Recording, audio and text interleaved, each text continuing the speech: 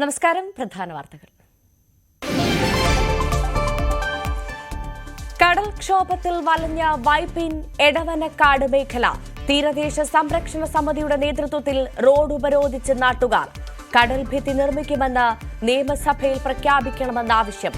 നടപടിയില്ലാതെ സമരം അവസാനിപ്പിക്കില്ലെന്ന് സമരസമിതി. സുനാമി ദുരന്തമുണ്ടായ ആ സമയത്ത് മുതൽ ഇന്ന് വരെ ഒരു കല്ലെടുത്ത് വെക്കാനായിട്ട് ഒരു സർക്കാർ കഴിഞ്ഞിട്ട് 4 പ്രാവശ്യമായിട്ട് 20 വർഷമായിട്ട് ജനങ്ങൾ അനുഭവിക്കുന്ന ദുരിതമാണ്.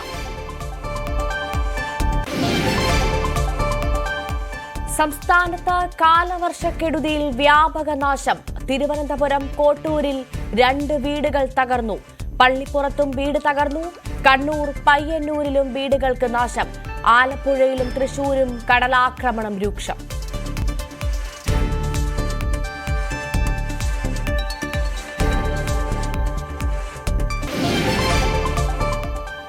ആലപ്പുഴയിൽ മതിലിടിഞ്ഞ് വീണ വിദ്യാർത്ഥിക്ക് ദാരുണാന്ത്യം. മരിച്ചത് ആറാട്ടുവഴി സ്വദേശി അൽഫയാസ്. 5 അടി പൊക്കമുള്ള മതിൽ പൂർണ്ണമായും കുട്ടിയുടെ ശരീരത്ത് പതിച്ചു. ആശുപത്രിയിൽ എത്തിച്ചെങ്കിലും ജീവൻ രക്ഷിക്കാനായില്ല. എറണാകുളം വേങ്ങൂരിൽ മഞ്ഞപ്പിത്തം പടരുന്നു. രോഗവ്യാപനം നിലനിൽക്കെ കുടിവെള്ള സാമ്പിളുകളുടെ പരിശോധന അവസാനിപ്പിച്ച ആരോഗ്യവകുപ്പ്. 1 മാസത്തിലേറെയായി കുടിവെള്ള പരിശോധന നടത്തിയിട്ടില്ലെന്ന വിവരാവകാശ രേഖ.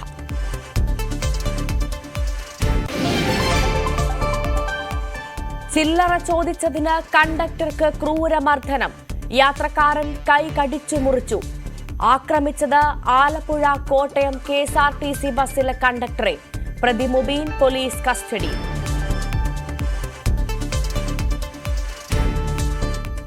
വിശദമായി നോക്കാം. കടൽക്ഷോഭം രൂക്ഷമായ എറണാകുളം വൈപ്പിൻ എടവനക്കാട് പ്രതിഷേധം ശക്തം.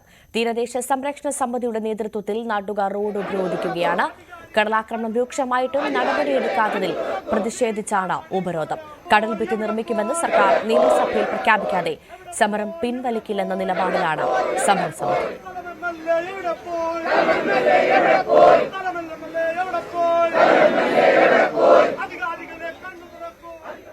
സമരം തുടർന്നുകൊണ്ടേയിരിക്കും.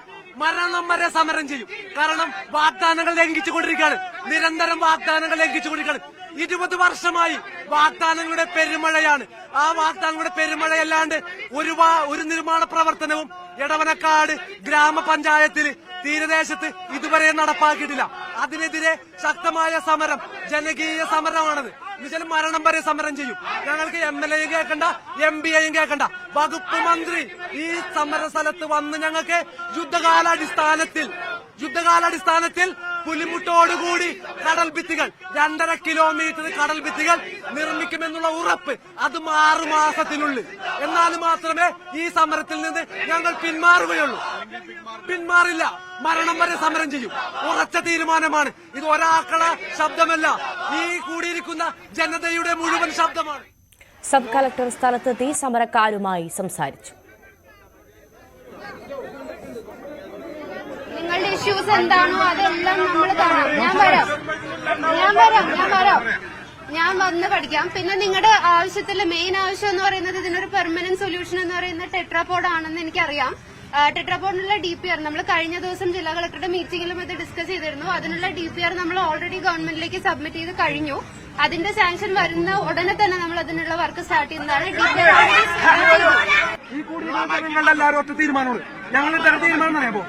യുദ്ധകാലാടിസ്ഥാനത്തിൽ 6 മാസത്തിനുള്ളിൽ 2.5 കിലോമീറ്റർ തീരദേശം ടെട്രാപോഡ് ഉപയോഗിച്ച് ചെല്ലാന മോഡല് എന്നുവെച്ചാൽ ശാസ്ത്രീയപരമായിട്ട് പുലിമുട്ട് നിർമ്മിച്ച് 6 മാസത്തിനുള്ളിൽ ഇവിടെ ഈ തീരദേശം സംരക്ഷിച്ചാൽ മാത്രം ഈ സമരത്തിൽ നിന്ന് പിന്മാറുള്ളൂ എന്ന് എല്ലാ ജനങ്ങളും ഒറ്റക്കെട്ടായിട്ട് തീരുമാനമെടുക്കും. ഡാനി ഇപ്പോൾ വിവരങ്ങളുമായി ചേരുന്നു. ഡാനി, നിലനിൽപ്പിനായുള്ള സാധാരണക്കാരന്റെ സമരമാണ് നടക്കുന്നത്. ഇത്ര നാളുമുള്ള അധികൃതരുടെ വാഗ്ദാന പെരുമഴ മാത്രം നടക്കുമ്പോൾ സാധാരണക്കാരന് ജീവിക്കാൻ സാധിക്കാത്ത അവസ്ഥയിലേക്ക് കാര്യങ്ങൾ എത്തുമ്പോഴാണ് സമരവുമായി, ജനകീയ സമരവുമായി ഇവിടുത്തെ നാട്ടുകാർ ഇറങ്ങിയത്. ഇപ്പോഴും സമരം പുരോഗമിക്കുകയാണോ? ഏതെങ്കിലും അധികൃതർ അങ്ങോട്ട് തിരിഞ്ഞു നോക്കിയിട്ടുണ്ടോ? എന്താണ് വിശദാംശങ്ങൾ?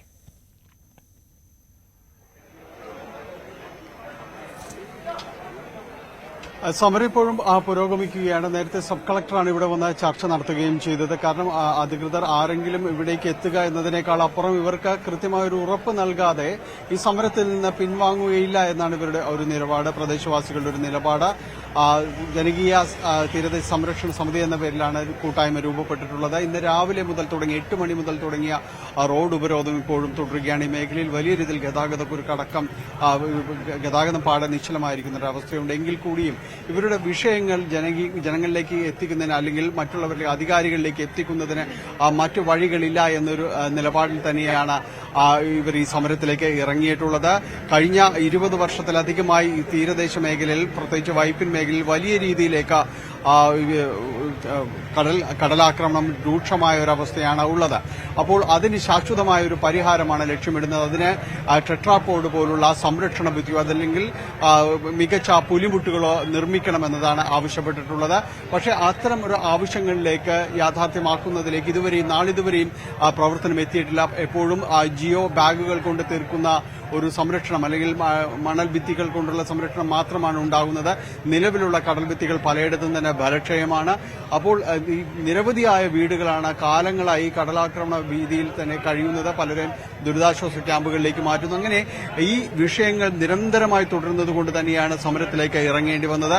സ്ത്രീകളടക്കമുള്ളവർ ഇപ്പോൾ റോഡിൽ കുത്തിയിരുന്നുകൊണ്ടുള്ളവരെ സമരം തുടരുകയാണ്. നേരത്തെ സബ് കളക്ടർ വന്നിരുന്നു, ഇവരുമായി സംസാരിച്ചിരുന്നു. പക്ഷേ കൃത്യമായൊരു ഉറപ്പ് നൽകാതെ പിരിഞ്ഞു പോകില്ല എന്നാണ് അവർ നിലപാടെടുത്തിട്ടുള്ളത്. നിലവിൽ ഇപ്പോൾ സബ് കളക്ടർ ഈ നായരമ്പലം, വൈപ്പിൻ, എടവനക്കാട് മേഖലകളിലുള്ള കടലാക്രമണം കൊണ്ട് വലിയ രീതിയിൽ ബാധിച്ചിട്ടുള്ള വീടുകൾ സന്ദർശിക്കുന്നതിന് വേണ്ടി സബ് കളക്ടർ അടങ്ങുന്ന സംഘം അങ്ങോട്ട് പോയിരിക്കുകയാണ്. നിലവിൽ പറഞ്ഞിരിക്കുന്നത് ജിയോ ബാഗുകൾ അവിടെ കൂടുതൽ കാര്യക്ഷമമാക്കാമെന്നതടക്കമുള്ള കാര്യങ്ങളാണ്. അതിന് ഒത്തുതീർപ്പിന് നാട്ടുകാർ വഴങ്ങിയിട്ടില്ല. ഇപ്പോഴും ഈ റോഡ് ഉപരോധിച്ചുകൊണ്ടുള്ള സമരം തുടരുകയാണ്. ശരി, നന്ദി. ഡാനി പോളാണ് വിവരങ്ങൾ പങ്കുവച്ചത്. മലപ്പുറം ജില്ലയുടെ തീരദേശ മേഖലയിൽ കടലേറ്റമുണ്ടാക്കിയ ദുരിതം ഏറെയാണ്. വെള്ളം കയറിയ വീടുകളിലെ ആളുകൾ ബന്ധുവീടുകളിലേക്ക് മാറി. പൊന്നാനി മേഖലയിൽ ഒരു ദുരിതാശ്വാസ ക്യാമ്പും തുടങ്ങിയിട്ടുണ്ട്. കടൽ വെള്ളം പ്രദേശത്തെ ജലസ്രോതസ്സുകളെ മലിനമാക്കാതിരിക്കാൻ വേണ്ട നടപടികളാണ് ഇവിടെ പുരോഗമിക്കുന്നത്. സിവ്യാനമോദിന്റെ റിപ്പോർട്ടിലേക്ക്.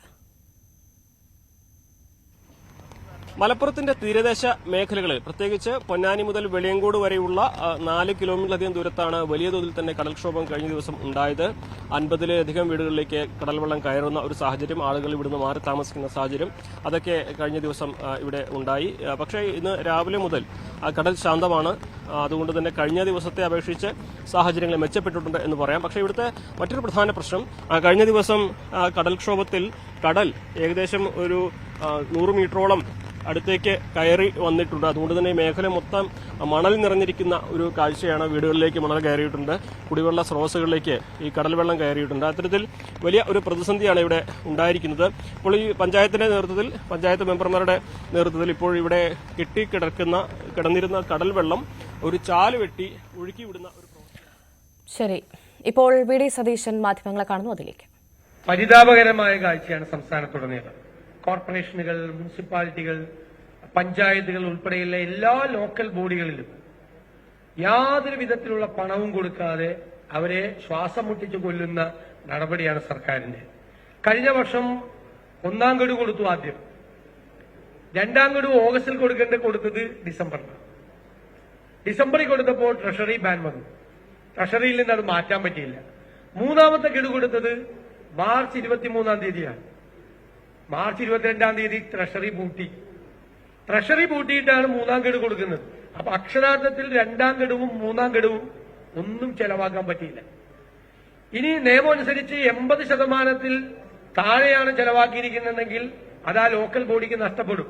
ഇത് ഒരു ലോക്കൽ ബോഡിയുടെയും കുഴപ്പം കൊണ്ടല്ല എക്സ്പെൻഡിച്ചർ ആകാതിരുന്നത്. സർക്കാർ പണം കൊടുക്കാഞ്ഞിട്ടും ട്രഷറി ബാൻ ആയതുകൊണ്ടുമാണ് യഥാർത്ഥത്തിൽ അവർക്ക് ചെലവഴിക്കാൻ പറ്റാതെ. ഇപ്പൊ ലോക്കൽ ബോഡികളുടെ അല്ലാത്ത കുറ്റത്തിന് ആ പണം അവർക്ക് നഷ്ടപ്പെട്ടു. 20% അടുത്ത വർഷത്തേക്ക് ക്യാരി ഓവർ ചെയ്യാം. അടുത്ത വർഷത്തേക്ക് ക്യാരി ഓവർ ചെയ്യുമ്പോൾ കഴിഞ്ഞ വർഷത്തെ ഫണ്ടിൽ നിന്നാണ് പണം കൊടുക്കേണ്ടത്. അത് കൊടുക്കില്ല. അത് ഈ വർഷത്തെ പ്ലാൻ ഫണ്ടിൽ നിന്ന് കൊടുക്കും. അപ്പൊ ഈ വർഷത്തെ ആനുവൽ പ്ലാനും തകർന്നു പോകുന്ന സ്ഥിതിയാണ്. ഇപ്പൊ ഒരു ക്വാർട്ടർ, ഈ സാമ്പത്തിക വർഷത്തിന് ഒരു 3 മാസം തീരാൻ പോവുക. എന്നിട്ട് പോലും ഇന്നത്തെ സ്ഥിതി, പ്ലാൻ ഫണ്ടിൽ 8,500 കോടി രൂപ പ്ലാൻ ഔട്ട്ലേയിൽ അനുവദിച്ചിട്ടും 1 രൂപ പോലും ലോക്കൽ ബോഡികൾക്ക് പ്ലാൻ ഫണ്ടിൽ നിന്ന് കൊടുത്തിട്ടില്ല എന്നതാണ് ദൗർഭാഗ്യകരമായ കാര്യം. പിന്നെ ഗവൺമെന്റ് അത് ഒരു ന്യായവും ഇല്ല പറയാൻ വേണ്ടിയിട്ട്. സർക്കാരിന്റെ പണമില്ല. അതിന് കേന്ദ്ര ഗവൺമെന്റിൽ നിന്ന് GST കോമ്പൻസേഷന്റെയും അതുപോലെ റവന്യൂ ഡെഫിസിറ്റ് ഗ്രാന്റിന്റെയും കാര്യം പറയാം. അതൊക്കെ പച്ച കള്ളങ്ങളാണ്. ഞങ്ങളത് നിയമസഭയിൽ പറഞ്ഞു. GST കോമ്പൻസേഷൻ കേന്ദ്ര പാർലമെന്റ് പാസാക്കിയ നിയമമാണ്. GST നടപ്പാക്കുമ്പോൾ 5 കൊല്ലമാണ് കോമ്പൻസേഷൻ കിട്ടുന്നത്. ആ 5 കൊല്ലവും കേരളം കോമ്പൻസേഷൻ വാങ്ങിച്ചു. 6ാമത്തെ കൊല്ലം കിട്ടുമായിരുന്നുവെങ്കിൽ 12,000 കോടി കിട്ടുമെന്ന് പറഞ്ഞത്. അതെങ്ങനെ? പാർലമെന്റ് പാസാക്കിയ നിയമം അനുസരിച്ച് 5 കൊല്ലത്തേക്ക് കോമ്പൻസേഷൻ. 6ാമത്തെ കൊല്ലം ഇന്ത്യയിൽ ഒരു സംസ്ഥാനത്തിന് കിട്ടിയില്ല. റവന്യൂ ഡെഫിസിറ്റ് ഗ്രാന്റ് കഴിഞ്ഞ സർക്കാരിന്റെ കാലത്ത് ഇന്ത്യയിൽ ഏറ്റവും കൂടുതൽ പണം 53,000 കോടി രൂപ കിട്ടിയത് കേരളത്തിനാണ്. 1 രൂപ പോലും ബാക്കിയില്ല. ഈ 53,000 കോടി രൂപയും സംസ്ഥാന ഗവൺമെന്റിന് കിട്ടി. ഇത്രയും പണം കയ്യിൽ കിട്ടിയിട്ടും ഇത്രയും വലിയ ധനപ്രതിസന്ധിയിലേക്ക് സംസ്ഥാനം കൂപ്പുകുത്തിയാണ്. നേരത്തെ പറഞ്ഞല്ലോ, ലോക്കൽ ബോഡികളെ കഴുത്ത് ഞെരിച്ചു കൊല്ലുന്നു. അവരുടെ 1/3 തുക കൊടുക്കുന്നില്ല, മെയിന്റനൻസ് ഗ്രാന്റ് കൊടുക്കുന്നില്ല, ജനറൽ പർപ്പസ് ഗ്രാന്റ് കൊടുക്കുന്നില്ല, പദ്ധതി വിഹിതം കൊടുക്കുന്നില്ല. അതായത് പട്ടികജാതിക്കാർക്ക് വേണ്ടിയിട്ടുള്ള SCP പദ്ധതി നടപ്പാകുന്നില്ല, പട്ടികവർഗക്കാർക്ക് വേണ്ടിയിട്ടുള്ള TSP നടപ്പാകുന്നില്ല. അപ്പോൾ ലോക്കൽ ബോഡി അധികാര വികേന്ദ്രീകരണം എന്നുള്ള സങ്കല്പത്തെ തന്നെ അതിന്റെ അന്തകരായി ഇവർ മാറി. ഇവര് തകർത്ത് തരിപ്പണമാക്കി. ഇപ്പോ ലോക്കൽ ബോഡിയിലെ അംഗങ്ങൾക്ക് പുറത്തിറങ്ങി നടക്കാൻ പറ്റുന്നില്ല. ആളുകൾ ബഹളമുണ്ടാക്കിയാണ്. പാലിയേറ്റീവ് കെയർ നടക്കുന്നില്ല ലോക്കൽ ബോഡിയിൽ. പലവിധ പ്രവർത്തനങ്ങളുണ്ട്. ലൈഫ് മിഷൻ പദ്ധതി പരാജയപ്പെട്ടു. വലിയ ബാധ്യതയാണ് ലൈഫ് മിഷൻ പദ്ധതിയിൽ ലോക്കൽ ബോഡികൾക്കുള്ളത്. അപ്പൊ ഇതെല്ലാം കൂടി തലയിൽ കെട്ടിവെച്ചു ഏറ്റവും ഭംഗിയായി സംസ്ഥാനത്ത് നടപ്പാക്കിക്കൊണ്ടിരുന്ന അധികാര വികേന്ദ്രീയ പ്രക്രിയയെ തകർത്ത് ഒരുപാട് അധികാരമാണ് അവർക്ക് വിട്ടുകൊടുത്തത്. അതൊന്നും സംസ്ഥാനത്ത് നടക്കാത്ത സ്ഥിതിയിലേക്കാക്കി. രണ്ടാമത്തെ വിഷയം, കഴിഞ്ഞ ദിവസം ഞങ്ങള് നിയമസഭയിൽ കൊണ്ടുവരാൻ ഉന്നയിച്ച വിഷയം തന്നെയാണ്. വളരെ പ്രധാനപ്പെട്ട വിഷയമാണ്. TP ചന്ദ്രശേഖരൻ കൊലക്കേസിലെ പ്രതികളെ വിട്ടയക്കാൻ, ശിക്ഷ ഇളവ് നൽകി വിട്ടയക്കാൻ വേണ്ടിയിട്ടുള്ള തീരുമാനം. അന്ന് സർക്കാരിന് വേണ്ടി സ്പീക്കറാണ് മറുപടി പറഞ്ഞത്. അതിൽ അനൌചിത്യം ഞങ്ങൾ ചൂണ്ടിക്കാണിച്ചു. സ്പീക്കറുടെ ഓഫീസിൽ നിന്നുള്ളൊരു കുറിപ്പ് കണ്ട് അതൊരു അഭ്യൂഹമാണെന്ന്. അതെങ്ങനെയാണ് അഭ്യൂഹമാകുന്നത്? അഭ്യൂഹമാകുന്നത് എങ്ങനെയാണ്? 13/6/2024 കണ്ണൂരിലെ jail superintendent Kannur city police കമ്മീഷണർക്ക് അയച്ച കത്താണ്. ശിക്ഷാ ഇളവ് നൽകേണ്ട ആളുകളെ സംബന്ധിച്ചാണ്. 56 പേരുടെ പേരാണ് കൊടുത്തിരിക്കുന്നത്. അതിൽ 4 പ്രതികൾ TP ചന്ദ്രശേഖരൻ വധക്കേസിലെ പ്രതികളാണ്. അവരെ രക്ഷിക്കാൻ വേണ്ടിയിട്ടുള്ള നടപടികളാണ് 2022 മുതൽ കൈക്കൊള്ളുന്നത്. 2018 സർക്കാർ ഉത്തരവിൽ രാഷ്ട്രീയ കൊലപാതക കേസുകളിലെ പ്രതികൾക്ക് ഒരു കാരണവശാലും ശിക്ഷ ഇളവ് കൊടുക്കരുത് 14 വർഷമാകാതെ എന്ന് പറഞ്ഞിട്ടുണ്ട്. അത് 2022 ഉത്തരവിൽ അതങ്ങ് മാറ്റി. നിയമസഭ പാസാക്കിയ പ്രിസൺ ആക്ടിൽ മൊത്തം ശിക്ഷാകാല ഇളവിന്റെ 1/3 താഴെ പരോളും ശിക്ഷാ ഇളവും കൂടി ആകാൻ പാടുള്ളൂ എന്ന് പറഞ്ഞിട്ടുണ്ട്. നിയമസഭ പാസാക്കിയ ഒരു നിയമത്തെ ഒരു ഗവൺമെന്റ് ഉത്തരവിലൂടെ സർക്കാർ ഇല്ലാതാക്കി. അത് നിയമപരമായി നിലനിൽക്കുന്നതല്ല, ഗുരുതരമായ തെറ്റാണ്. അതിന് മറ്റ് നടപടികൾ ഞങ്ങൾ സ്വീകരിക്കും. അങ്ങനെ ഈ 2022 മുതൽ നടത്തുന്ന ഗൂഢാലോചനയുടെ ഭാഗമായിട്ടാണ് ഈ ചന്ദ്രശേഖരൻ കൊലക്കേസിലെ പ്രതികൾക്ക് ശിക്ഷ ഇളവ് കൊടുക്കാൻ നോക്കുന്നത്. അഭ്യൂഹമാണെങ്കിൽ എന്തിനാണ് പോലീസ് 21/6 വൈകുന്നേരം ഫോണിൽ ബന്ധപ്പെട്ട് KK രമയുടെ മൊഴിയെടുത്തത്? Chokli police, KK Muhammad Shafi Chokli police station അതിർത്തിയിലെ പ്രതിയാണ്. 22/6 പാലൂർ പോലീസ് നേരിട്ട് MLA ഓഫീസിൽ നേരിട്ടെത്തി KK രമയുടെ മൊഴിയെടുത്തു. ഇന്നലെ സ്പീക്കർ ഇത് അഭ്യൂഹമാണെന്ന് പറയുക, സർക്കാർ ഇങ്ങനെ സംഭവമില്ല എന്ന് പറയുക. എന്നിട്ട് ഇന്നലെ സന്ധ്യയിൽ ട്രൗസർ മനോജൻ എന്ന പ്രതിയുടെ പോലീസ് സ്റ്റേഷൻ അതിർത്തി കൊളവല്ലൂർ പോലീസ് ഇന്നലെ സന്ധ്യയ്ക്ക് KK രമയുടെ മൊഴിയെടുക്കുക. ഇത് എന്താണ് ഇവിടെ നടക്കുന്നത്? ഇത് മന്ത്രി എന്താ പറഞ്ഞത്? 3/6 അഡീഷണൽ ചീഫ് സെക്രട്ടറി ഹോം ഉത്തരവിറക്കിയിട്ടുണ്ട്. ഇത് തെറ്റാണ്, തെറ്റായ നടപടിയാണ്, നടപടിക്രമം പാടില്ല. ഹോം സെക്രട്ടറി എന്ന് പറഞ്ഞാൽ ആരാ? സംസ്ഥാനത്തെ DGPയുടെ മീതെയുള്ള ആളാ. ആ ഹോം സെക്രട്ടറി ഒരു ഉത്തരവ് ഈ മാസം 3/6 ഇറക്കിയിട്ട് പിന്നെ എന്തിനാണ് 21/6 22/6 ഇന്നലെ 26/6 ഈ പോലീസ് ഇവരുടെ മൊഴിയെടുക്കാൻ നടക്കുന്നത്? അതിനേക്കാൾ വലിയ ആളുകൾ ആരെങ്കിലും ഉണ്ടോ ഈ ആഭ്യന്തര വകുപ്പിൽ? പിന്നെയുള്ളത് മുഖ്യമന്ത്രിയാണ് ആഭ്യന്തര വകുപ്പിന്റെ ചുമതലയുള്ളത്. അപ്പൊ ആഭ്യന്തര സെക്രട്ടറി ഇറക്കിയ ഉത്തരവിനെ പോലും കാറ്റിൽ പറത്തിക്കൊണ്ട് പോലീസ് KK രമയുടെ മൊഴിയെടുത്തെങ്കിൽ അതിന്റെ പുറകിൽ പ്രവർത്തിച്ചതാരാ? മുഖ്യമന്ത്രിയുടെ ഓഫീസിലെ ഉപജാപക സംഘമാണോ? CPM നേതാക്കളാണോ? ആരാ? ഹോം സെക്രട്ടറിക്ക് മീതെ പറക്കുന്ന പരുന്തേതാ? ഏത് പരുന്താ പറക്കുന്നത് ഹോം സെക്രട്ടറിക്ക് മീതെ? ഇത് മന്ത്രി തന്നാണ് 3/6 ഞങ്ങൾ കണ്ടിട്ടില്ല. 3/6 ഇങ്ങനെ ഹോം സെക്രട്ടറി ഉത്തരവിറക്കിയിട്ടുണ്ടെന്ന്. ഹോം സെക്രട്ടറി ഉത്തരവിറക്കി 10-20 ദിവസം കഴിഞ്ഞിട്ടും ഇപ്പോഴും പോലീസ് പ്രതികൾക്ക് ശിക്ഷാ ഇളവ് കൊടുക്കാൻ ഇരയായ ആളുടെ ബന്ധുവിനെ മൊഴിയെടുത്തുകൊണ്ടിരിക്കുന്ന വിരോധാഭാസം. ഇവിടെ എന്ത് ഭരണമാണ്? ഇത് എന്ത് ഭരണമാണ് നടക്കുന്നത്? എന്നിട്ട് ഇന്ന് നമ്മൾ സബ്മിഷൻ കൊടുത്തപ്പോ എത്ര ദിവസമായി ഈ കത്ത് വന്നിട്ട്? ഈ കത്ത് വന്ന ദിവസം എന്നാ 13/6 വന്ന കത്താണിത് ജയിൽ സൂപ്രണ്ടിന്റെ. എന്നിട്ട് ഇന്ന് നമ്മൾ സബ്മിഷൻ കൊടുത്തപ്പോ രാവിലെ 11 മണിക്ക് സസ്പെൻഷൻ അല്ലേ? നോട്ടീസ് കൊടുത്തപ്പോ കൊള്ളാം, നല്ല കാര്യം, അത് ചെയ്തല്ലോ. ഇപ്പൊ മന്ത്രി ഞങ്ങൾ പറഞ്ഞു സർക്കാരോട് ആവശ്യപ്പെട്ടു ഒരു ഉറപ്പ് തരണം ഗവൺമെന്റ്. ഒരു കാരണവശാലും ഹൈക്കോടതി വിധിയെ ലംഘിച്ച് ചന്ദ്രശേഖരൻ കൊലക്കേസിലെ പ്രതികൾക്ക് ശിക്ഷാ ഇളവ് കൊടുക്കില്ല. അതിപ്പോ സർക്കാർ ഞങ്ങൾ വാക്കൌട്ട് നടത്തി ഇറങ്ങിയതിന് ശേഷം അങ്ങനെ ഒരു അഷ്വറൻസ് തന്നിട്ടുണ്ട്. അതിനെ ഞങ്ങൾ സ്വാഗതം ചെയ്യുന്നു. വളഞ്ഞ വഴികളിലൂടെ ആ പ്രതികളെ കുറിച്ച് ഞാൻ കഴിഞ്ഞ ദിവസം പറഞ്ഞല്ല, പരോളിൽ ഇറങ്ങി ക്രിമിനൽ കേസുകളിലെ പ്രതിയായ ആളുകളാണ്. അവർക്ക് അനുകൂലമായിട്ട് ചെയ്യുന്ന എല്ലാ കാര്യങ്ങളും സർക്കാർ നിർത്തിവച്ചില്ലെങ്കിൽ അതിശക്തമായ പ്രതിഷേധം പ്രതിപക്ഷത്തിന്റെ ഭാഗത്തു നിന്നുണ്ടാവും എന്ന് മാത്രം പറയും.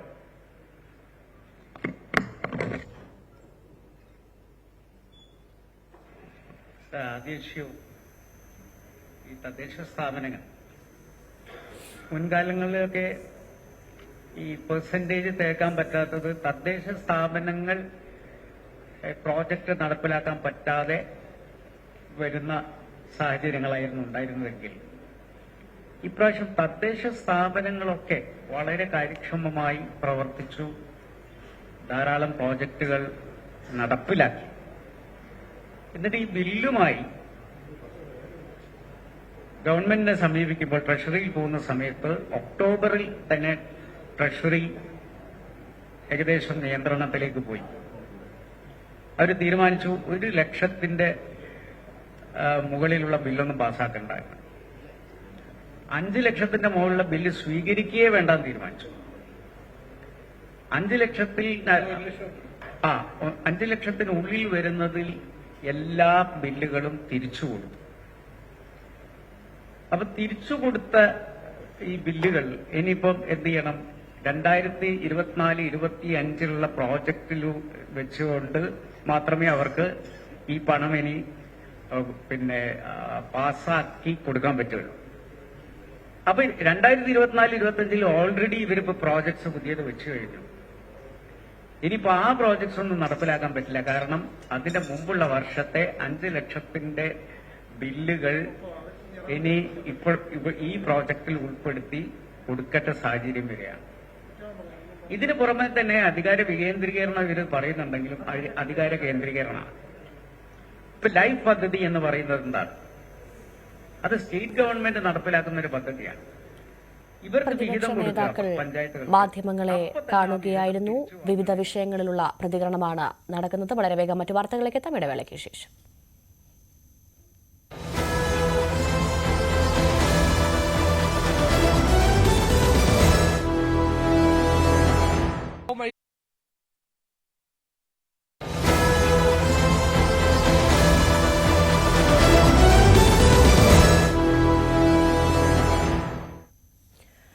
മലപ്പുറം ജില്ലയുടെ തീരദേശ മേഖലയിൽ കടലേറ്റമുണ്ടാക്കിയ ദുരിതമേറെയാണ്. വെള്ളം കയറിയ വീടുകളിലെ ആളുകൾ ബന്ധുവീടുകളിലേക്ക് മാറി. പൊന്നാനി മേഖലയിൽ ഒരു ദുരിതാശ്വാസ ക്യാമ്പും തുടങ്ങിയിട്ടുണ്ട്. കടൽ വെള്ളം പ്രദേശത്തെ ജലസ്രോതസ്സുകളെ മലിനമാക്കാതിരിക്കാൻ വേണ്ട നടപടികളാണ് ഇവിടെ പുരോഗമിക്കുന്നത്. സിവേനബോധിന്റെ റിപ്പോർട്ടിലേക്ക്. മലപ്പുറത്തിന്റെ തീരദേശ മേഖലകളിൽ പ്രത്യേകിച്ച് പൊന്നാനി മുതൽ വെളിയങ്കോട് വരെയുള്ള 4 കിലോമീറ്ററിലധികം ദൂരത്താണ് വലിയ തോതിൽ തന്നെ കടൽക്ഷോഭം കഴിഞ്ഞ ദിവസം ഉണ്ടായത്. 50-ലധികം വീടുകളിലേക്ക് കടൽവെള്ളം കയറുന്ന ഒരു സാഹചര്യം, ആളുകൾ ഇവിടുന്ന് മാറി താമസിക്കുന്ന സാഹചര്യം അതൊക്കെ കഴിഞ്ഞ ദിവസം ഇവിടെ ഉണ്ടായി. പക്ഷേ ഇന്ന് രാവിലെ മുതൽ കടൽ ശാന്തമാണ്.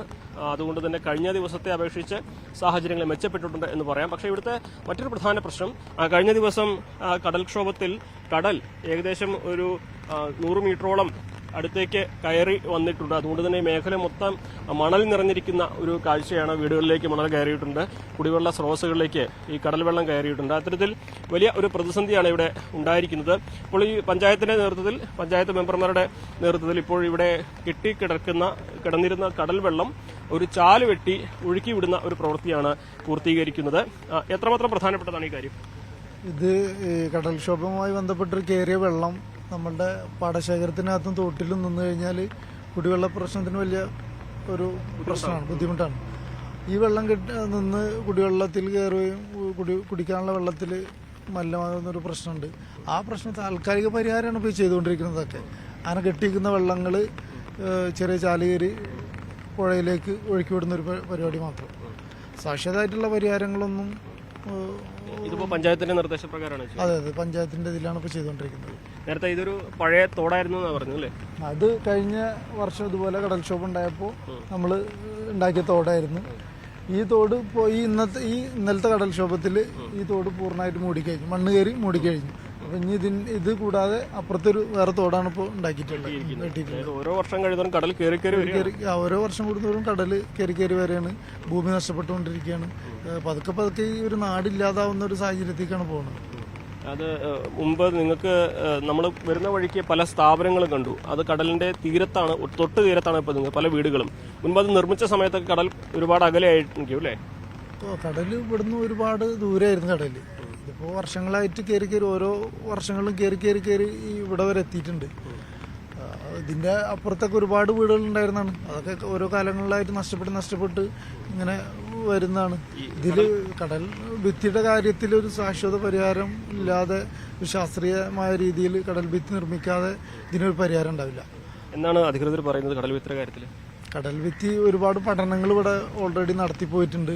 ചെല്ലാനം മോഡൽ പദ്ധതി, ടെട്രാപോഡ് എന്നൊക്കെ പറഞ്ഞ ഒരുപാട് പദ്ധതികൾ എന്തായിട്ടുണ്ട്, ഇവിടെ പഠനം നടത്തിപ്പോയിട്ടുണ്ട്. പക്ഷെ ആ പദ്ധതികളൊന്നും ഇതുവരെ ഇവിടെ നടപ്പിലാക്കി പഠനങ്ങൾ മാത്രം നടക്കുന്നുള്ളൂ, പദ്ധതി ആയി വരുന്നില്ല. ഇത് ഈ ഒരു പ്രദേശത്തെ പഞ്ചായത്ത് അംഗം കൂടിയാണ് നമ്മോട് സംസാരിച്ച താഹിർ. അദ്ദേഹം പറഞ്ഞതിൽ പ്രധാനപ്പെട്ട കാര്യം കടൽ ഭിത്തിക്ക് വേണ്ടിയുള്ള പഠനങ്ങൾ മാത്രമാണ് നടക്കുന്നത്, പ്രായോഗിക തലത്തിലൊന്നും നടക്കുന്നില്ല എന്നുള്ളതാണ്.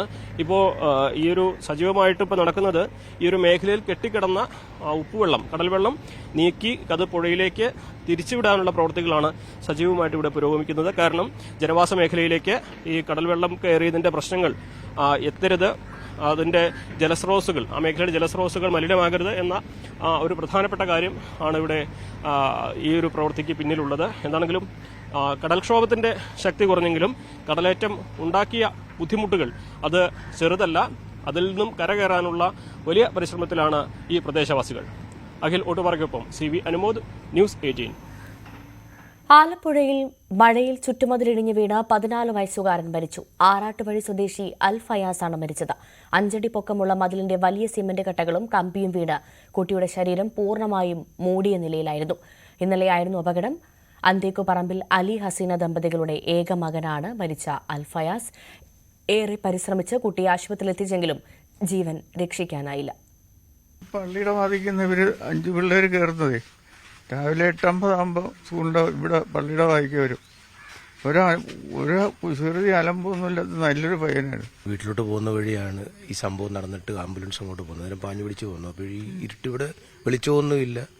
അതല്ല ഈ നടന്നു വരുന്ന വഴി എന്നൊക്കെ പറഞ്ഞാൽ കാണയൊക്കെ പോയി കിടക്കുന്ന ആകെ പ്രശ്നം. അതുകൊണ്ട് ഞാൻ അത് ഈ നാട്ടുകാരൊന്ന് ശ്രദ്ധിച്ച് ഇത് ഉത്തരവാദിത്തപ്പെട്ട ഒരു അധികാരികളെ ബോധ്യപ്പെടുത്തി ചെയ്യേണ്ട കാര്യം. കാര്യം ഇത്തരം മതിലുകൾ നേരത്തെ മുതൽ ഇങ്ങനെ ഈ പൊളിഞ്ഞൊക്കെ നിൽക്കുന്ന മതിലുകൾ വീട്ടുകാർ അതിനകത്ത് ബുദ്ധിമുട്ടുള്ളവരാണെങ്കിൽ നാട്ടുകാരെല്ലാം കൊണ്ട് മുൻകൈ എടുത്ത് ഉത്തരവാദിത്തപ്പെട്ടവരൊക്കെ ബോധ്യപ്പെടുത്തി അത് പൊളിച്ചു മാറ്റുകയൊക്കെ ചെയ്യേണ്ട ഒരു ഉത്തരവാദിത്തം. കാര്യം നമ്മൾ പലപ്പോഴും ഇത്തരം ആക്സിഡന്റുകൾ, അപകടങ്ങൾ ഉണ്ടായതിനു ശേഷം അതിനെക്കുറിച്ച് വിജിലന്റായിട്ട് അഭിപ്രായം പറയുന്നവരാ. ഈ ഇത്തരം കാര്യങ്ങൾ ഇതുപോലെ ചെറിയ ഇടപെടലുകളും മറ്റുമൊക്കെ ഉള്ളവരുടെ ഇതുപോലുള്ള പ്രശ്നങ്ങൾ കാലേക്കൂട്ടി കണ്ട് അതൊക്കെ പൊളിച്ചു നീക്കിയിട്ട് എന്തെങ്കിലും ബദൽ സംവിധാനം ഉണ്ടാക്കി ഈ ആർക്കും ബുദ്ധിമുട്ടില്ലാത്ത ഈ കാര്യങ്ങൾ നീക്കാനായിട്ട് ഉത്തരവാദിത്തപ്പെട്ടവർ ശ്രദ്ധിക്കണം എന്നുള്ളതാണ്. ഇത് എങ്ങനെയായിരുന്നു അവസ്ഥ? ഇവിടുത്തെ അവസ്ഥ ഇവിടെ എന്ന് പറയുക ഈ വെളിച്ചം പോലും ഇല്ലാതെ ആകെ ഈ ഒന്നാമത് മഴയുള്ള സമയത്തായിരുന്നു, വെളിച്ചമൊന്നുമില്ല. ആകെ ഈ ഒരു വലിയ ഭീതിജനകമായ ഒരു അന്തരീക്ഷമാണ്. കാര്യം ഈ ചെറിയ ഇടവഴിയുണ്ട്, ഇരുട്ടും ശരിക്കും കുട്ടി വീണത് അല്ല, അന്നേരത്തേക്ക് ഹോസ്പിറ്റലിൽ അവർ കൊണ്ടുപോയിരിക്കുമായിരുന്നു. ഹോസ്പിറ്റലിൽ കൊണ്ടുപോയി കഴിഞ്ഞാൽ അത് കണ്ടുകൊണ്ടാണ് ഞങ്ങൾ ഓടി വരുന്നത്. അത് ആളുകളൊക്കെ കൂടി ഉണ്ട്. ഈ ഇത് ഒരു വെളിച്ചം പോലും ഇല്ലാത്തൊരു പ്രദേശം. നമ്മളൊരു കാര്യം എന്ന് പറഞ്ഞാൽ ഈ പരിസരത്തുള്ള ആളുകളെങ്കിലും ഒരു ബൾബൊക്കെ പുറത്തോട്ടിട്ട് ഒന്നും ഇതുപോലുള്ള പ്രശ്നങ്ങൾ ഒരുപക്ഷെ ഉണ്ടാകത്തില്ല. സംസ്ഥാനത്ത് വിവിധയിടങ്ങളിൽ ശക്തമായ മഴ തുടരുകയാണ്. കനത്ത മഴയിൽ തിരുവനന്തപുരം കോട്ടൂരിൽ 2 വീടുകൾ തകർന്നു. കുട്ടികൾ ഉൾപ്പെടെയുള്ളവർ തലനാരിഴയ്ക്കാണ് രക്ഷപ്പെട്ടത്.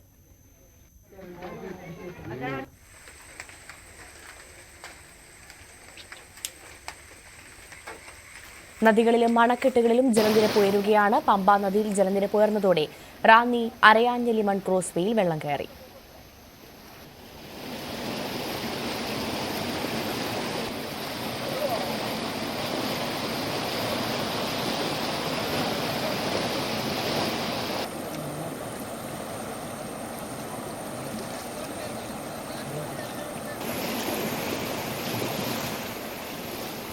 എറണാകുളം ജില്ലയിലെ വൈപ്പിൻ, എടവനക്കാട്, തൃശൂർ ജില്ലയിലെ കയ്പമംഗലം, അഞ്ചങ്ങാടി, മുന്നയ്ക്കക്കടവ്, മലപ്പുറം ജില്ലയിലെ പൊന്നാനി, ആലപ്പുഴ ജില്ലയിലെ തൃക്കുന്നപ്പുഴ എന്നിവിടങ്ങളിൽ കടലാക്രമണം രൂക്ഷമാണ്.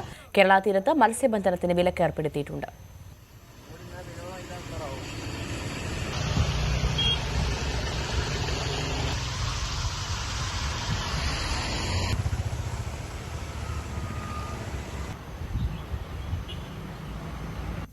ശക്തമായ കാറ്റിനും സാധ്യതയുണ്ട്. കോട്ടയം കുമരകത്ത് കാറ്റിൽ വാഹനങ്ങൾ നിയന്ത്രണം നഷ്ടപ്പെടുന്നതിന്റെ ദൃശ്യങ്ങൾ പുറത്തുവന്നു.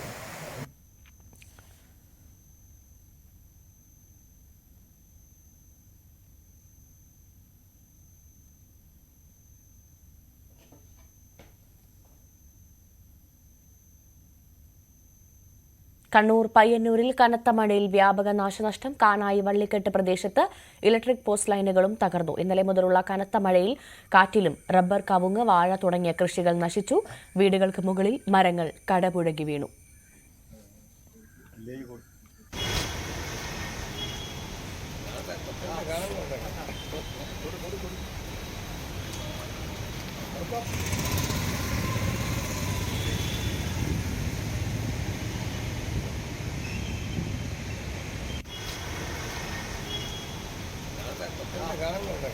കാസർകോട് കുറ്റിക്കോൽ പള്ളഞ്ചിച്ചാലിൽ കാർ ഒഴുക്കിൽപ്പെട്ടു. കൈവരിയില്ലാത്ത പാലത്തിലാണ് കാർ അപകടത്തിൽപ്പെട്ടത്. കാറിലുണ്ടായിരുന്ന 2 പേരെയും രക്ഷപ്പെടുത്തി.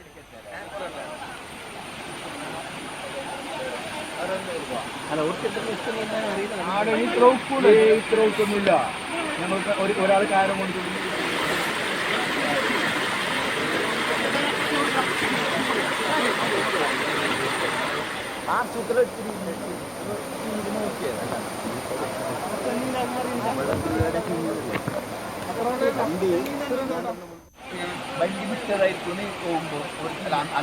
പുഴകൾ കരകവിഞ്ഞതോടെ പലയിടത്തും വെള്ളം കയറി.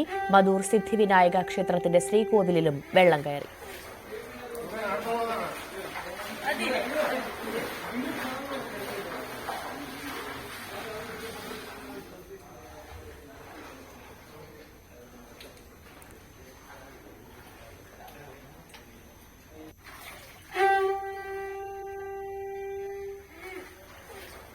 കോഴിക്കോട് നാദാപുരത്ത് ശക്തമായ മഴയോടൊപ്പമുണ്ടായ കാറ്റിൽ മരം കടപുഴകി വീണ് വീട് ഭാഗികമായി തകർന്നു. നാദാപുരം ആവോലത്തെ ചന്ദ്രമതിയുടെ വീടിന് മുകളിലാണ് സമീപത്തെ കൂറ്റൻ പനമരം കടപുഴകി വീണത്.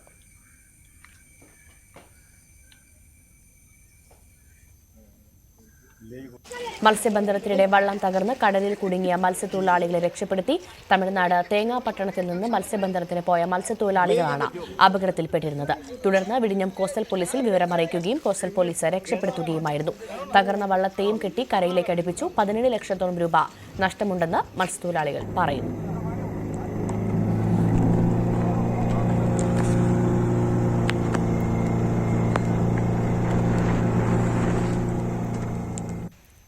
ശക്തമായ മഴയിൽ വീട് ഭാഗികമായി തകർന്നു. പള്ളിപ്പുറം CRPF ക്യാമ്പിന് സമീപം റിയാസിന്റെ വീടാണ് തകർന്നത്.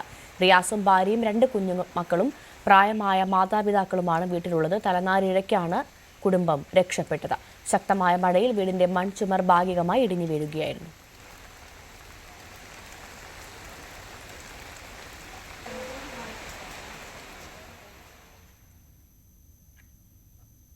ഇടവേള.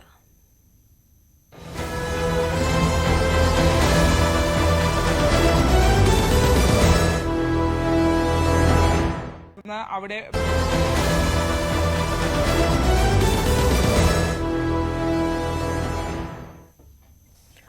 തിരികെ വാർത്തയിലേക്ക് വരുമ്പോൾ മഞ്ഞപ്പിത്തബാധ വ്യാപകമായ എറണാകുളം വേങ്ങൂരിൽ രോഗവ്യാപനം നിലനിൽക്കെ കുടിവെള്ള സാമ്പിളുകളുടെ പരിശോധന അവസാനിപ്പിച്ച ആരോഗ്യവകുപ്പ്.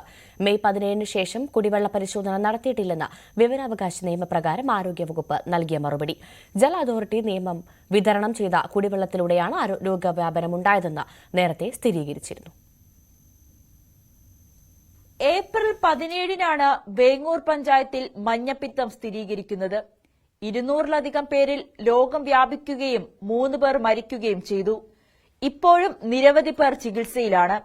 രോഗം ഒരാളിൽ സ്ഥിരീകരിച്ചാൽ 45 ദിവസത്തിനകം പുതിയതായി ഒരാളിൽ രോഗം റിപ്പോർട്ട് ചെയ്തില്ലെങ്കിൽ മാത്രമേ പ്രദേശം രോഗവ്യാപനത്തിൽ നിന്ന് മുക്തമായി പറയാനാകൂ. എന്നാൽ രോഗവ്യാപനം നിലനിൽക്കെ തന്നെ പ്രദേശത്തെ ജലസ്രോതസ്സുകളുടെയും ജല അതോറിറ്റി വിതരണം ചെയ്യുന്ന കുടിവെള്ളത്തിന്റെയും പരിശോധന കഴിഞ്ഞ മെയ് 17 ശേഷം നടത്തിയിട്ടില്ല എന്നാണ് ആരോഗ്യവകുപ്പ് വിവരാവകാശ പ്രകാരമുള്ള ചോദ്യത്തിന് മറുപടി നൽകിയത്. രോഗവ്യാപനത്തിന് കാരണമായത് ജല അതോറിറ്റി വിതരണം ചെയ്ത കുടിവെള്ളത്തിലെ അണുബാധയാണെന്ന് ആരോഗ്യവകുപ്പ് തന്നെയാണ് സ്ഥിരീകരിച്ചതും. രോഗപ്രതിരോധ നടപടികളിൽ ആദ്യഘട്ടത്തിൽ ആരോഗ്യവകുപ്പിൽ നിന്നുണ്ടായ അനാസ്ഥയുടെ തുടർച്ചയായാണ് ഈ സമീപനത്തെയും വിലയിരുത്തുന്നത്. ന്യൂസ് 18 കൊച്ചി. കളിയിക്കാവിള ക്വാറി ഉടമയെ കഴുത്തറുത്ത് കൊലപ്പെടുത്തിയ ശേഷം പ്രതി അമ്പിളി മെഡിക്കൽ സ്റ്റോറിലെത്തിയതിന്റെ ദൃശ്യം പുറത്ത്. തമിഴ്നാട്ടിലെ പടന്താലമൂട്ടിലെ മെഡിക്കൽ സ്റ്റോറിൽ നിന്ന് പുറത്തുവരുന്ന ദൃശ്യം ന്യൂസ് 18 ലഭിച്ചു. മെഡിക്കൽ സ്റ്റോറിലെ ജീവനക്കാരനോട് ബൈക്കിൽ കളിയിക്കാവിളയിൽ വിടാമോ എന്ന് ചോദിച്ചതായും ഫോൺ വാങ്ങി ആരെയോ വിളിച്ചതായും മെഡിക്കൽ സ്റ്റോർ ജീവനക്കാരൻ മൊഴി നൽകി. പാറശാല സ്വദേശി സുനിലിന് വേണ്ടി പോലീസ് അന്വേഷണം ഊർജിതമാക്കി. അമ്പിളിക്ക് സർജിക്കൽ ബ്ലേഡും ഗ്ലൌസും വാങ്ങി നൽകിയത് സുനിലാണ്. വി വിനോദ് വാർത്തയുടെ വിശദാംശങ്ങളുമായി ചേരുന്നു. വിനോദ്, അങ്ങനെ ഒരു കൊലപാതകത്തിന്റെ ചുരുളഴിയുകയാണ്. പ്രതി കുറ്റം സമ്മതിച്ചു. ഈ സുനിൽ അതാരാണ്? ഈ സുനിലും പ്രതിയുമായുള്ള ബന്ധം അതെങ്ങനെയാണ്?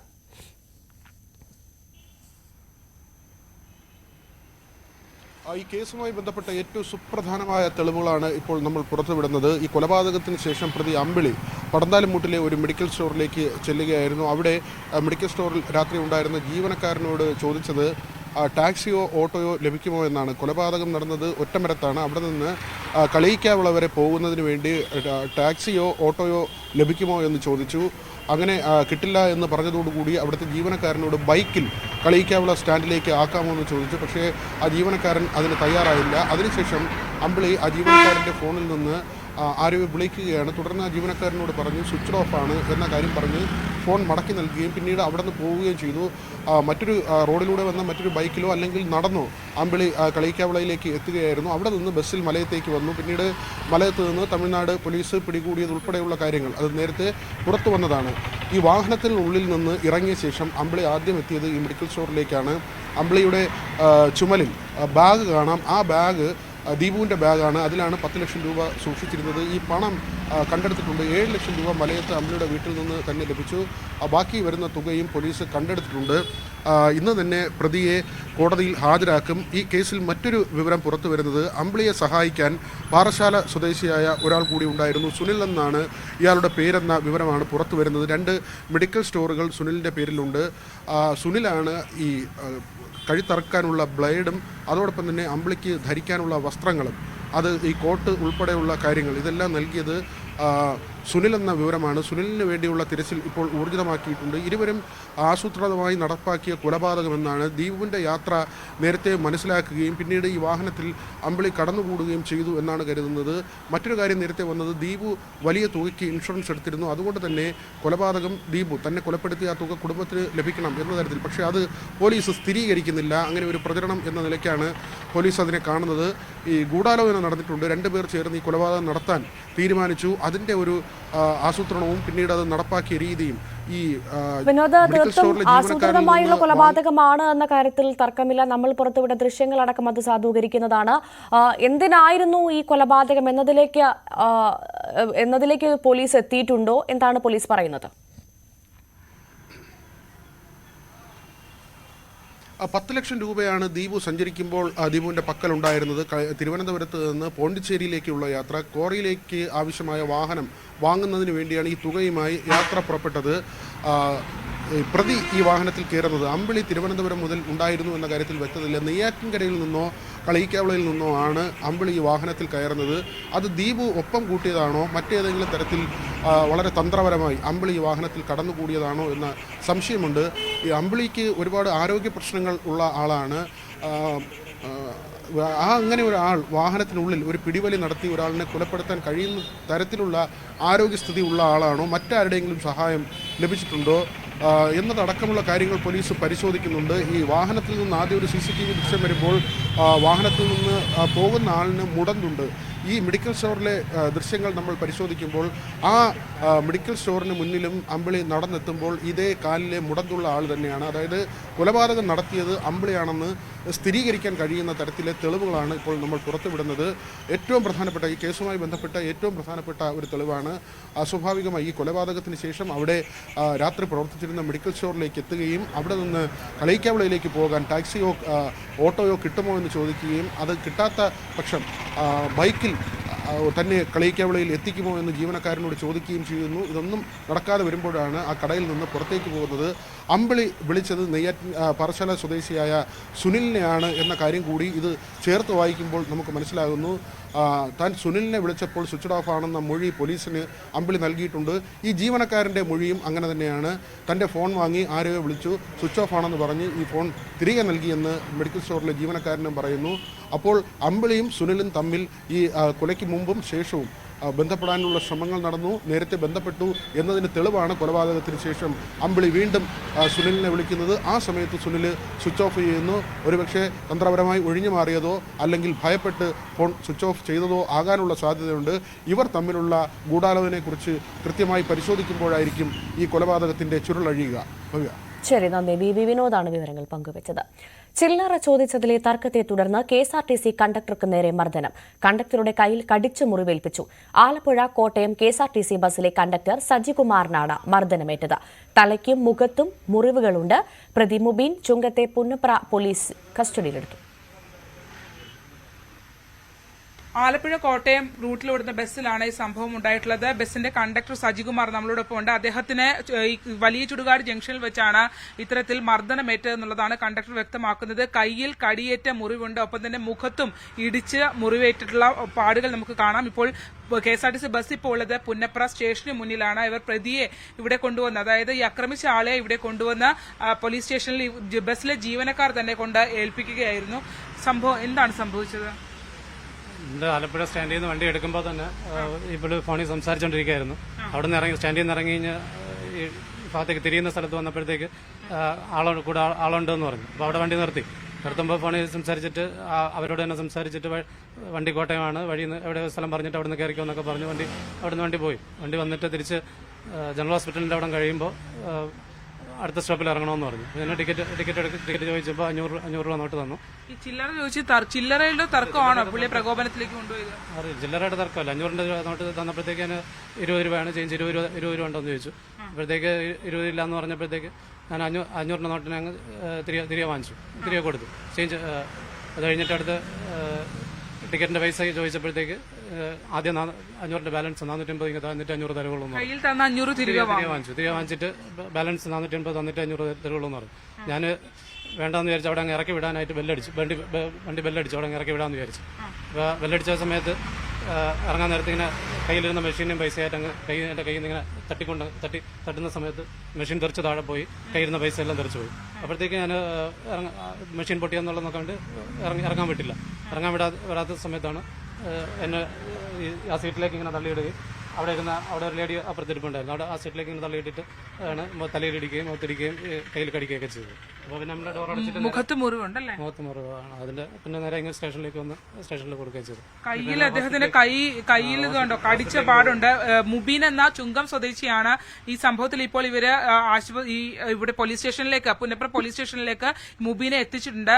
ഇയാൾക്ക് ആദ്യഘട്ടം മുതൽ തന്നെ ഇയാൾ ഫോണിലായിരുന്നു എന്നുള്ളതാണ് ഇവർ പറയുന്നത്. പിന്നീട് ടിക്കറ്റ് ചോദിച്ചപ്പോൾ 500 രൂപയുടെ നോട്ട് എടുത്ത് നൽകി. 20 രൂപ ടിക്കറ്റ് ആണെന്ന് പറഞ്ഞപ്പോൾ ആ 500 രൂപ തിരികെ നൽകി. ആദ്യം ടിക്കറ്റ് തന്നതിന് ശേഷം 480 രൂപ തിരികെ തന്നാൽ 500 രൂപ അങ്ങോട്ട് നൽകാമെന്ന് പറഞ്ഞു. അത്തരത്തിൽ പ്രകോപനത്തിലേക്ക് പോവുകയും ബസ് ബെല്ലടിച്ചു. പിന്നീട് ഇറങ്ങുന്ന സാഹചര്യം, അതായത് പ്രകോപനം കൂടിയ ഘട്ടത്തിൽ ബസ് ബെല്ലടിച്ച് ഇറങ്ങാനുള്ള കാര്യങ്ങൾ ചെയ്തു.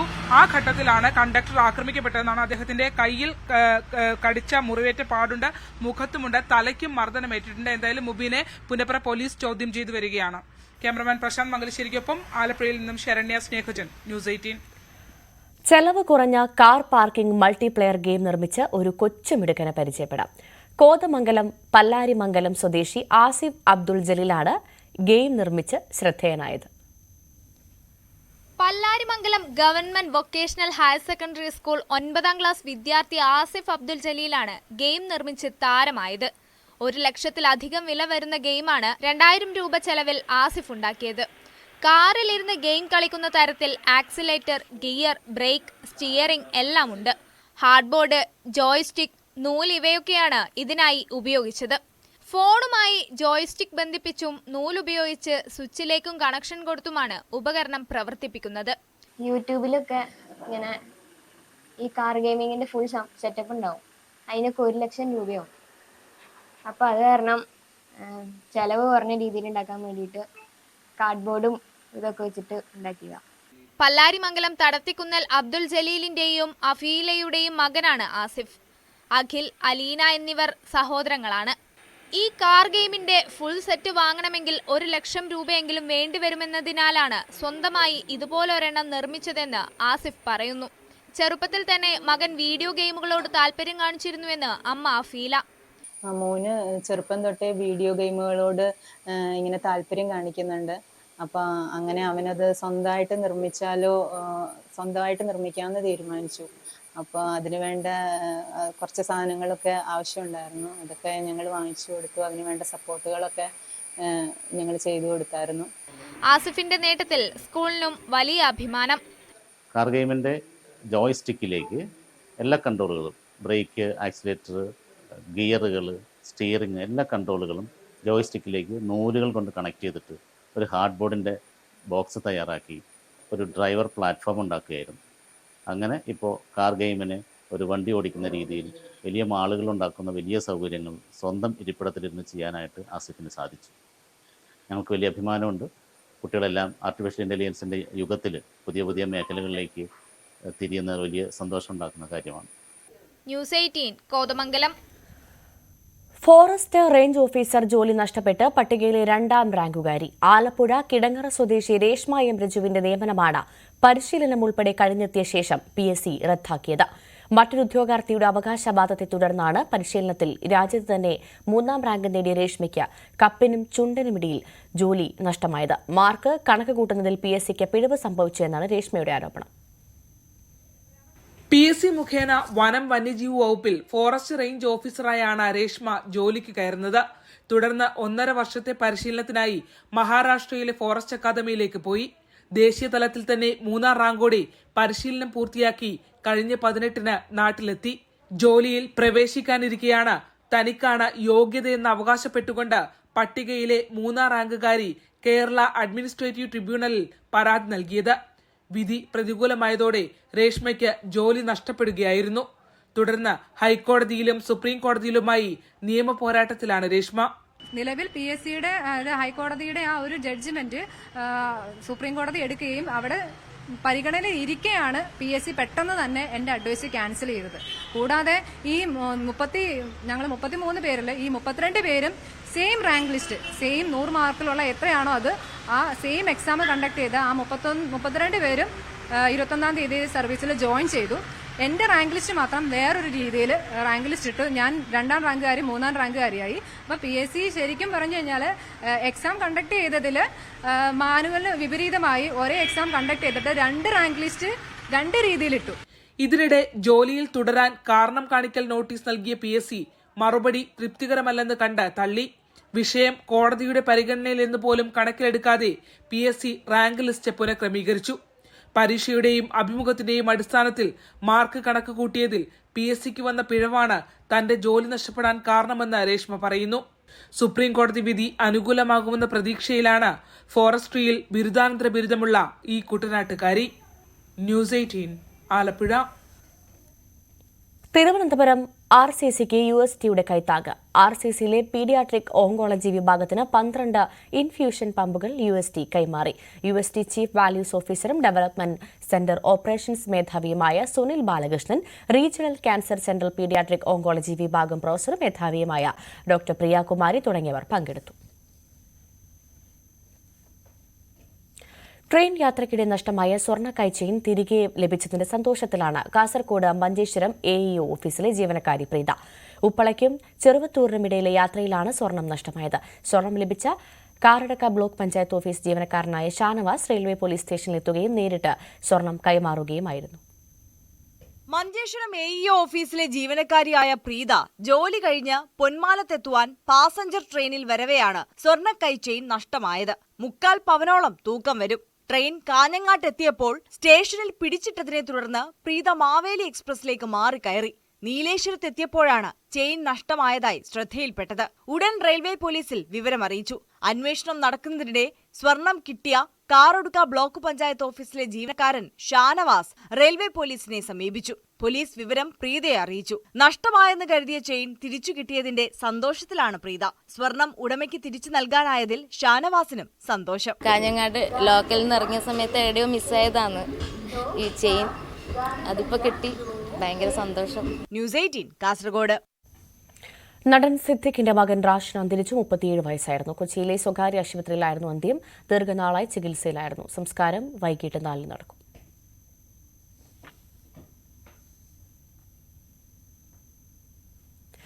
കാലവർഷം ആരംഭിച്ച് 1 മാസമായിട്ടും പാലക്കാട്ടെ അണക്കെട്ടുകളിൽ ജലനിരപ്പ് കാര്യമായി ഉയർന്നില്ല. മംഗലം അണക്കെട്ടിൽ ഒഴികെയുള്ള അണക്കെട്ടുകളിൽ സംഭരണശേഷിയുടെ എത്രയോ താഴെയാണ് ജലനിരപ്പ്. മഴ ശക്തമായില്ലെങ്കിൽ പാലക്കാടൻ കാർഷിക മേഖലയെ കാര്യമായി തന്നെ ബാധിക്കും. പാലക്കാട് ജില്ലയിൽ 8 അണക്കെട്ടുകളാണുള്ളത്. ഏറ്റവും വലിയ അണക്കെട്ട് മലമ്പുഴയാണ്. സംഭരണശേഷി 226 മില്യൺ ക്യൂബിക് മീറ്റർ. ഇപ്പോഴത്തെ ജലനിരപ്പാകട്ടെ 40.6 മില്യൺ ക്യൂബിക് മീറ്റർ മാത്രം. കാലവർഷം ആരംഭിച്ച് 1 മാസമാകുമ്പോഴും സംഭരണശേഷിയുടെ 18% ജലമാണ് മലമ്പുഴ അണക്കെട്ടിലുള്ളതെന്ന് ചുരുക്കം. ചുള്ളിയാർ അണക്കെട്ടിലാവട്ടെ കരുതൽ ശേഖരം മാത്രമാണുള്ളത്. വാളയാറിലും മീങ്കരയിലും വെള്ളം അടിത്തട്ടിൽ നിൽക്കുന്നു. പോത്തുണ്ടി, ശിരുവാണി, കാഞ്ഞിരപ്പുഴ അണക്കെട്ടുകളിലും ജലനിരപ്പ് കാര്യമായി ഉയർന്നിട്ടില്ല. അണക്കെട്ടുകളിലെ വൃഷ്ടിപ്രദേശങ്ങളിൽ കാര്യമായ മഴ ലഭിക്കാത്തതാണ് ജലനിരപ്പ് ഉയരാത്തതിൻ്റെ കാരണം. അതേസമയം മംഗലം അണക്കെട്ടിൽ ഈ പ്രതിസന്ധിയില്ല. അണക്കെട്ടിൻ്റെ ബ്ലൂ അലർട്ട് ലെവലിലേക്ക് വെള്ളം എത്താറായിട്ടുണ്ട്. മഴ ശക്തമായില്ലെങ്കിൽ കാർഷിക മേഖലയെ കാര്യമായി തന്നെ ബാധിക്കും. കാർഷിക മേഖലയ്ക്ക് 6 മാസം വെക്കുകയാണെങ്കിൽ ഒരു കുറച്ച് ദിവസങ്ങൾക്ക് വെള്ളം ഉണ്ടാവും. പക്ഷേ ഇപ്പോഴത്തെ മഴ ശക്തമായതുകൊണ്ട് ഇപ്പം കാർഷിക മേഖലയ്ക്ക് വെള്ളത്തിന്റെ ആവശ്യം വരുന്നില്ല. ആരും ആവശ്യപ്പെട്ടിട്ടില്ല. എന്തായാലും ജൂലൈ ഓഗസ്റ്റ് മഴ ശക്തമാവാൻ തന്നെയല്ല സാഹചര്യം കണ്ടിട്ട് അങ്ങനെയാണ് തോന്നുന്നത്. അത് വെച്ച് നോക്കുമ്പോൾ സ്വാഭാവികമായിട്ടും നമുക്ക് ഡാമിലാവുന്നില്ലേ. ആശങ്ക അർത്ഥത്തില്ല. മഴ പെയ്യണം. മഴ പെയ്താലും ഇപ്പോൾ 20% മലമ്പുഴയിലുള്ളത്. അതുപോലെ തന്നെ പോത്തുണ്ടിയിലും 18% ആയിട്ടേ ഉള്ളൂ. പക്ഷേ മംഗലത്ത് അങ്ങനെയല്ല. മംഗലത്ത് 70%-ലായി. അപ്പോൾ മഴയുടെ ഒരു ഇന്റൻസിറ്റിയാണ് ഞാൻ മനസ്സിലാക്കുന്നത്. പ്രദേശത്ത് മഴ കൂടുതലായി കഴിഞ്ഞാൽ പിന്നെ നമുക്ക് മീങ്കര, കാഞ്ഞിരപ്പുഴ, വാളയാർ അണക്കെട്ടുകളിൽ നിന്ന് 1-ാം വിള നെൽകൃഷിക്ക് നൽകാനുള്ള വെള്ളം പോലുമില്ല. ചുള്ളിയാറിൽ കരുതൽ ശേഖരമായതിനാൽ കാർഷിക മേഖലയ്ക്ക് ലഭിക്കില്ല. മലമ്പുഴ അണക്കെട്ടിൽ 12 ദിവസത്തേക്കും പോത്തുണ്ടിയിൽ 8 ദിവസത്തേക്കുമുള്ള വെള്ളം മാത്രമാണുള്ളത്. ശിരുവാണിയിലുള്ള വെള്ളത്തിൽ നിന്നാണ് തമിഴ്നാടിന് നൽകുന്നത്. മംഗലം അണക്കെട്ടിൽ കാർഷിക മേഖലയ്ക്ക് 40 ദിവസത്തേക്കുള്ള വെള്ളമുണ്ട്. 4 അണക്കെട്ടുകളിൽ നിന്നു മാത്രമാണ് കുടിവെള്ള വിതരണമുള്ളത്. ജലപ്രതിസന്ധി കുടിവെള്ള വിതരണത്തെ ബാധിക്കില്ലെങ്കിലും വരും ദിവസങ്ങളിൽ മഴ ലഭിക്കേണ്ടത് അനിവാര്യമാണ്. മലമ്പുഴ റിസർവോയറാണിത്. ജൂൺ മാസം അവസാനിക്കാറായിട്ടും ഈ ഭാഗത്തേക്ക് ഇനിയും വെള്ളമെത്തിയിട്ടില്ല. കാരണം കാലവർഷം ദുർബലമാണ്. ഇതിങ്ങനെ തുടർന്നു പോവുകയാണെങ്കിൽ വരും ദിവസങ്ങളിൽ കാർഷിക മേഖലയ്ക്ക് ഇത് കനത്ത തിരിച്ചടിയാവും. അതായത് പാലക്കാടൻ പാടങ്ങൾ പ്രധാനമായും നിലനിൽക്കുന്നത് ഡാമുകളെ ആശ്രയിച്ചാണ്. അതുകൊണ്ട് തന്നെ വരും ദിവസങ്ങളിലെങ്കിലും കാലവർഷം ശക്തമാകേണ്ടതുണ്ട്. പ്രജിത്ത് കോങ്ങാടിനൊപ്പം എസ് വിനേഷ് കുമാർ, ന്യൂസ് 18, പാലക്കാട്. പാലക്കാട് തൃത്താല മണ്ഡലം പ്രകാശപൂരിതമാകുന്നു. തൃത്താല വെളിച്ചം പദ്ധതിയുടെ ഭാഗമായി സ്ഥാപിച്ച LED ലൈറ്റിംഗ് സംവിധാനം മന്ത്രി എം പി രാജേഷ് ഉദ്ഘാടനം ചെയ്തു. 17 ലൈറ്റുകളാണ് സ്ഥാപിക്കുന്നത്. ആദ്യഘട്ടത്തിൽ 11 എണ്ണം സ്ഥാപിച്ചു. 34 ലക്ഷം രൂപ ഫണ്ട് വകയിരുത്തിയാണ് ലൈറ്റുകൾ സ്ഥാപിക്കുന്നത്.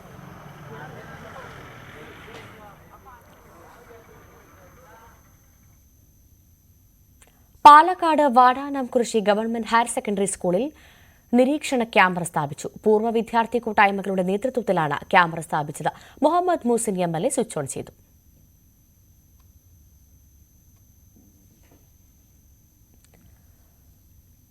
ഒറ്റപ്പാലം റെയിൽവേ സ്റ്റേഷന് സമീപം ഇതര സംസ്ഥാന തൊഴിലാളികൾ താമസിക്കുന്ന വീട് കുത്തി തുറന്ന് 8 പവൻ സ്വർണ്ണാഭരണങ്ങളും 2500 രൂപയും കവർന്നു. സേലം ചാത്തപ്പടി ആത്തൂർ മഠം സ്വദേശി രാജ വാടകയ്ക്ക് താമസിക്കുന്ന വീട്ടിലാണ് മോഷണം. പേഴ്സിൽ സൂക്ഷിച്ചിരുന്ന സ്വർണവും പണവും മോഷണം പോയി. സമീപത്തെ വീട്ടിൽ മോഷണ ശ്രമവും നടന്നു.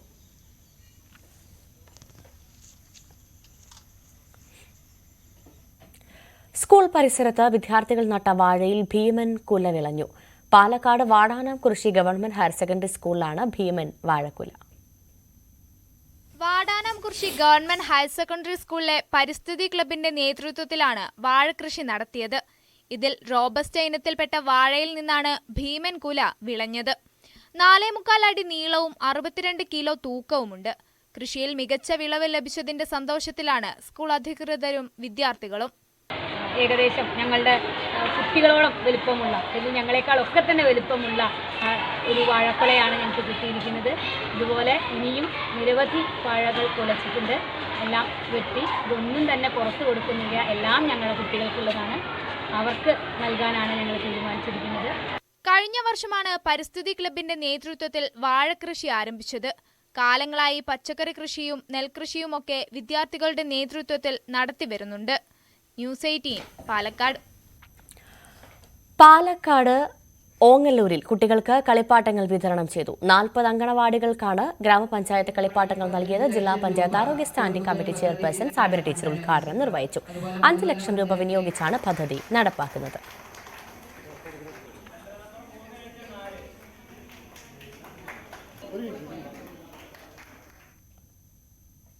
സ്വർണ്ണ വെള്ളി നിരക്കുകൾ നോക്കാം. കവിത ഗോൾഡ് ആൻഡ് ഡയമണ്ട്സ് ഇന്നത്തെ സ്വർണം വെള്ളി നിരക്കുകൾ നിങ്ങൾക്കായി സമർപ്പിക്കുന്നത് wedding collections from Kavitha gold and diamonds. സ്വർണം 22 ക്യാരറ്റ് ഗ്രാമിന് 6550, പവന് 52,400. സ്വർണം 18 ക്യാരറ്റ് ഗ്രാമിന് 5475, പവന് 43,800. വെള്ളി ഗ്രാമിന് 93, കിലോയ്ക്ക് 93,000. കവിത ഗോൾഡ് ആൻഡ് ഡയമണ്ട്സ് ഇന്നത്തെ സ്വർണം വെള്ളി നിരക്കുകൾ നിങ്ങൾക്കായി സമർപ്പിക്കുന്നത് wedding collections from Kavitha gold and diamonds. ഈ വാർത്താ ബുള്ളറ്റിൻ പൂർണ്ണമാകുന്നു. ഇടവേളയ്ക്ക് ശേഷം പകൽ വാർത്തയിൽ രഞ്ജിത്ത് രാമചന്ദ്രൻ. നമസ്കാരം.